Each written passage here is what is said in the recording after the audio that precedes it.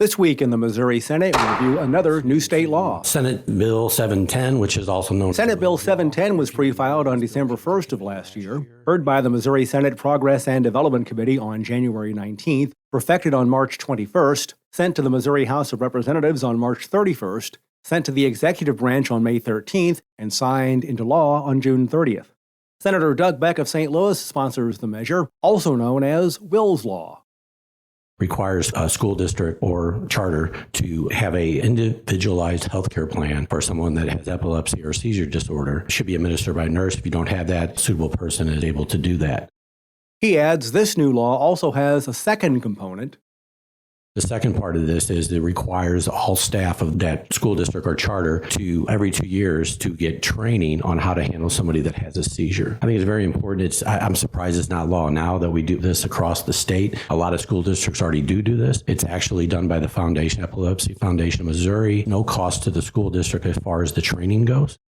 Several amendments were added in the Missouri House of Representatives, including Sickle Cell Awareness Week in September and Biliary Artesia Day on October 1st.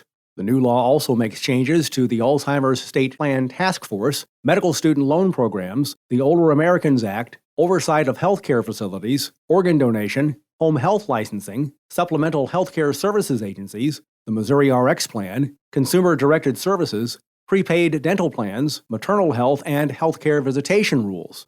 Because of an emergency clause, Senate Bill 710 took effect upon the governor's signature. Senate Bill 724, dealing with political... Senate Bill 724 was pre-filed last December 1st, heard by the Missouri Senate Local Government and Elections Committee on January 26th, perfected on March 9th, sent to the Missouri House of Representatives on March 21st, sent to the executive branch on May 13th, and vetoed by the governor on July 1st. Since the veto was not overridden during September's veto session, Senate Bill 724 has not become law. Sponsor, Senator Dan Hegeman of Cosby, says his proposal was meant to make changes to laws overseeing county financial statements.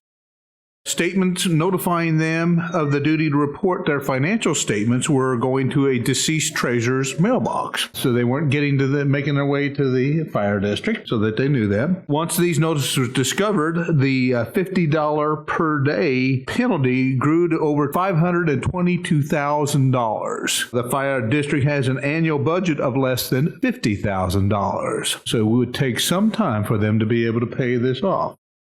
This week also saw Missouri senators come to the Capitol and start work toward the next regular legislative session. And remember, you can follow these and other issues facing the Missouri Senate by visiting our website, senate.mo.gov. Reporting from the state capitol, I'm Dean Morgan.